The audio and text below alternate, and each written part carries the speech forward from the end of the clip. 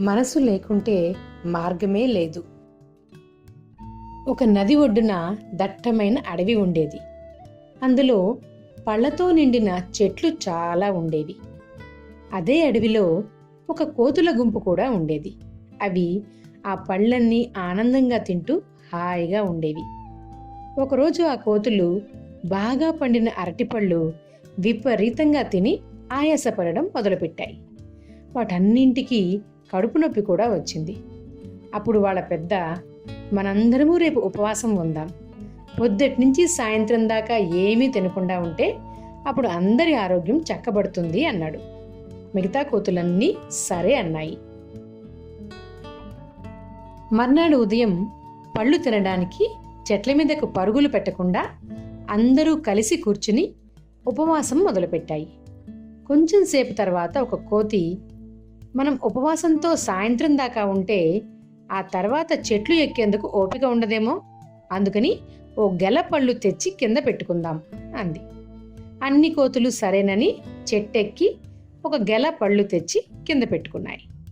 ఆ తర్వాత మరో కోతి, సాయంత్రం నీరసంగా ఉన్నప్పుడు పళ్ళు పంచుకోవడానికి ఓపిక ఉంటుందా, అందుకని ఇప్పుడే పళ్ళు పంచేసుకుందాం అంది. అలాగే అని ఆ కోతులన్నీ గెలలోని అరటిపళ్ళు పంచేసుకున్నాయి.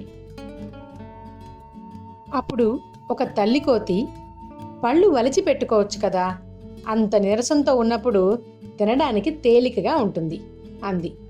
అన్నీ తల ఊపి అలాగే చేశాయి. చివరికి ఒక పిల్ల కోతి వాళ్ళ నాన్నతో, నాన్న నేను పండుని నోట్లో పెట్టుకుంటాను, ఉపవాసం అయ్యేదాకా మింగను, నన్ను నమ్ము అంది. దానికి కూడా అన్ని కోతులు ఒప్పుకొని అరటిపళ్ళు వాళ్ళ నోళ్లల్లో పెట్టుకున్నాయి. అయితే నోట్లో పండు పెట్టుకున్నాక ఆగగలవా, ఉపవాసం ఉండగలవా? కొంచెం సేపట్లోనే అవి ఆ అరటిపళ్ళని పూర్తిగా తినేశాయి. మరి వాటి కడుపు నొప్పి తగ్గి ఉంటుందా? మీరే ఆలోచించండి.